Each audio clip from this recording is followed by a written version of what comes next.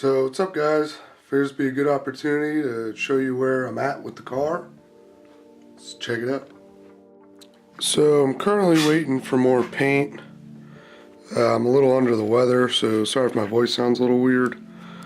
But this was one of the biggest holdups with the car right now. Is I had to make a rear firewall to separate the fuel cell and my battery box, which will be located in here.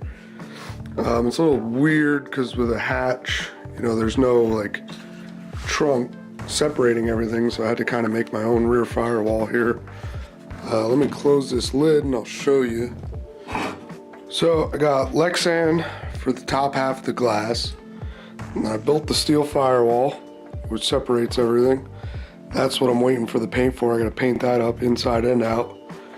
And basically what I'm gonna do is, where this Lexan stops here, I'm going to cut the hatch. And then I'm going to weld this solid to the body so this hatch won't open anymore. And then from here down, I'm going to have it on, I don't know what they're actually called. They're like push clips. You like kind of press a button and it pops off like a little ball. And but the second half of the hatch will be able to come off. That way I can put fuel in the cell and, whatever, do stuff to the battery if I need to. Now you might say to yourself, what's up with this fuel cell? Didn't you make your own? And I did, and it's sitting over there. Reason being, for competition, you actually need one of these safety bladder fuel cells. I didn't know it at the time when I made mine, so I had to go out and buy this one. Jazz Performance. It's like 400 bucks or something. But that should pass tech. So that's the rear of the car, the firewall and everything. As for inside the car, obviously the cage was painted, the body was painted. I got the oil cooler lines ran through there underneath the cage as neat as I could. Those are connected to the oil cooler back here, which, by the way, I got this cool chemical on the way. I forget what it's called, but basically lets you like chemically bond Lexan together. So what I'm going to do is I'm going to cut a hatch out here and make like side vents, so the air that comes into the oil cooler, which I'm going to make an air dam here or something, the air that comes into there, it's going to route up to the oil cooler, and then I'll be able to exit out the hatch here. Still waiting on that stuff to come. But anyway, inside I got the dash mounted in. I got all my switches in and pre-wired. Let's see here. Yeah, I got the whole loom sitting right here. I gotta wire all that up. Also back there, I got the whole ECU relay board mounted in and pre-wired. So when I go into wiring the ECU, I've only got a couple of connections to make. And might as well show you all this. This is all the wiring stuff I have for the car. Battery's going to be mounted in the back, so I've got some thick gauge stuff to run up to the front along with a little grommet to pass through the firewall. But the dash came out nice. I did this flocking stuff, which is like a suede powder that gets like glued on. Came out pretty good.